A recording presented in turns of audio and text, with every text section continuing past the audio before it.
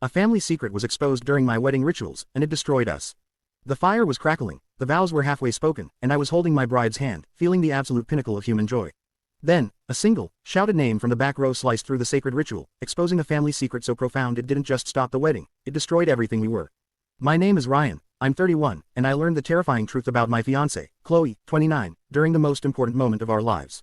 We were perfect, or so I believed. Chloe and I had known each other for 3 years. I was a software engineer, she was a school teacher, a life of stability, laughter, and shared dreams. Her family, the Wilsons, were reserved, traditional, and seemed genuinely delighted to welcome me. Her parents, Mr. and Mrs. Wilson, both in their late 50s, were kind but always kept a certain distance. Looking back, there were always shadows, questions about their past that Chloe would gently sidestep, or quick, nervous glances exchanged between her and her mother. I chalked it up to traditional family reserve. How foolish I was. The wedding day itself was magnificent. We had chosen a beautiful ceremony at a vineyard, filled with vibrant flowers, music, and the sacred scent of blooming lavender. The main event was the exchange of vows and rings, the moment where we bound our lives together with eternal promises. I stood across from Chloe, watching her, mesmerized by her beauty and the gravity of the commitment we were making. My best friend, Tom, 31, and my sister, Molly, 28, beamed from the front row. Everything was divine. We were halfway through the vows, the part symbolizing family and children. The officiant was speaking the solemn words, the gentle rustle of the vineyard leaves filling the air, and I was about to repeat the promise to always prioritize our future family. It was the most intimate, sacred moment of the entire celebration. And then, a woman's voice, sharp and laced with pure, raw agony, cut through the serene atmosphere like a knife. Molly. The name was shouted with such desperate urgency that every single head in the large gathering snapped toward the back. The sound had come from a woman I didn't recognize, standing near the entrance. She was middle-aged, distraught, her elegant dress completely rumpled, tears streaming down her face. She looked like a woman who had run a marathon to get here. But it wasn't the shout that stopped my heart, it was the name. Molly. My sister's name. The woman pointed directly at the bride, at my Chloe. You can't marry him, Molly. You can't do this to my son. The shock was absolute. Chloe's name wasn't Molly. My sister's name was Molly, and she was sitting right there, frozen in the front row. And yet, this woman, clearly in genuine anguish, was pointing at my bride, calling her Molly. The officiant stopped speaking. The music died. A profound, terrifying silence descended upon the 100 or so guests. All eyes were on the distraught woman, then on Chloe, and finally, on me. Chloe, who was standing across from me, went utterly still. Her face drained of all color, turning a ghostly white beneath her heavy bridal makeup. Her gaze locked onto the woman at the back, a look of sheer panic and resignation washing over her features. She knew her. Mr. Wilson, Chloe's father, who had always maintained such a composed demeanor, suddenly bolted up from his seat, moving toward the woman with a surprising, furious speed. Get out. You are not welcome here, he hissed, his usual genial mask completely shattered, revealing a man consumed by fear and anger.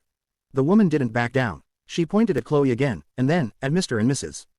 Wilson. You told everyone she died. You paid us to be silent. But you can't erase what she did. She is Molly, and she murdered my son. Murdered. The word hung in the air, thick and poisonous. My legs felt like lead. My mind was a chaotic whirlwind, trying desperately to process the impossible accusation. My sweet, gentle Chloe, a killer. And why was this woman calling her Molly? I looked at my own sister, Molly, 28, sitting in the front row, equally confused and terrified. Then I looked back at the woman and back at Chloe. The resemblance, which I'd never noticed before, suddenly screamed at me. Chloe and my sister, though not identical, shared a very similar bone structure, the same curve of the lips when they smiled. But the accusation was the focus. I turned to Chloe, ignoring the shouting match now erupting between Mr. Wilson and the distraught woman. Chloe, I demanded, my voice a hollow whisper. Who is she? What is she talking about? Chloe finally met my eyes, and the desperation and pain I saw there were crushing. She opened her mouth to speak, but her mother, Mrs. Wilson, was faster. She is lying, Ryan. She is a crazy woman. We don't know her. Mrs. Wilson shrieked, rushing forward to try and pull Chloe away from the altar. I pushed Mrs. Wilson's hands away, my focus solely on Chloe. Tell me the truth, Chloe. Now. Chloe, defeated, lowered her gaze. My name is not Chloe, she admitted, her voice so soft it was almost lost in the rising commotion. It's Molly. My world collapsed. Not just the name, but the fact that she admitted it so easily. She had adopted my sister's name, or rather, my sister shared her real name. But why? We had to change it, she explained quickly, tears now streaming, washing away her bridal makeup. After the accident, she confessed the horrifying secret right there, beside the wedding arch. It was about a fatal car crash 5 years ago. Chloe, no, Molly, was driving, and her boyfriend, Jason, was in the passenger seat. She was young, reckless, and driving too fast. There was an accident. Jason died instantly. The distraught woman at the back was Jason's mother. The Wilsons, determined to protect their daughter from a manslaughter charge and the inevitable social ruin, had used their considerable wealth and influence. They orchestrated a massive cover-up, legally changing her identity and fabricating a new life for her in a new city.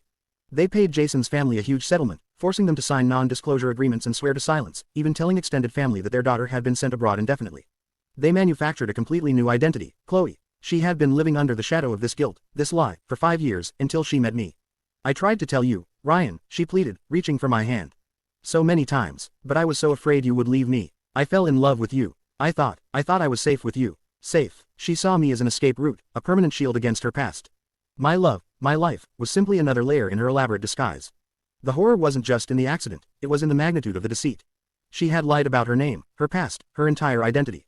Her parents had participated in a criminal cover-up and allowed me to fall in love with a fiction. What would you do? The accusation is public, your bride confessed a crime, and your life is a lie. Do you defend her, or walk away? Jason's mother, sensing victory, surged forward, shouting the details of the cover-up, the settlement, the names of the corrupt officials involved. Mr. Wilson, realizing the game was over, stood defeated, his face ashen. I looked at the officiant, the witness to our vows, now a witness to the destruction of those vows.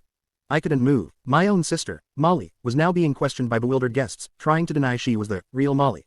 The confusion was a terrible, agonizing mess. I finally found my voice, a harsh, grating sound I barely recognized.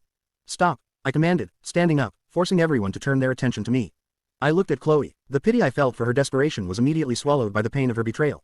The trust was gone, utterly, irrevocably gone. I didn't just feel heartbroken, I felt like a cosmic fool. I turned to the officiant. The ceremony is over, I announced, my voice trembling with finality. I walked away from the altar, away from the vows, away from the chaos.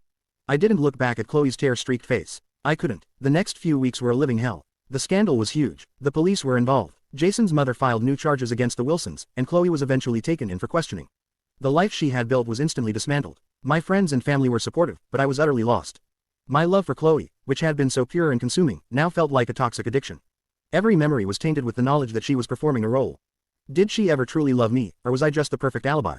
I spent days analyzing her behavior, the small hesitations, the vague answers, the careful avoidance of certain topics. The truth was, she was a fantastic actress. She was Molly, the accused, playing Chloe, the innocent school teacher.